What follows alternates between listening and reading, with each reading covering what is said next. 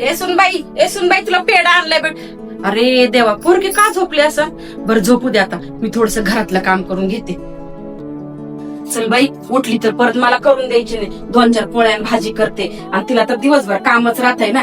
काय होतं म्हणून 2-4 पोळ्या आणि भाकरी केलं तर हा काय होत नाही केलं तर.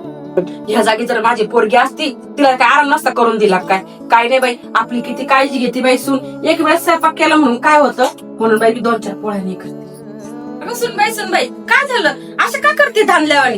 अगं काही नाही, मी सगळं करून घेतलंय. चल 2-3 घास खाऊन घे. अगं काय होतंय, एखाद्या वेळेस मी स्वयंपाक केला काय थोडासा आराम तर केलाय ना. अगं दिवसभर तुला काम जातं बाई, काय होत नाही. माझे अजून गुडघे हातपाय चांगले आहेत ना. थोडंफार काम केलं तर मला काही बिघडत नाही. हा, आणि तू थोडासा आराम कर, 2-4 घास खा आता.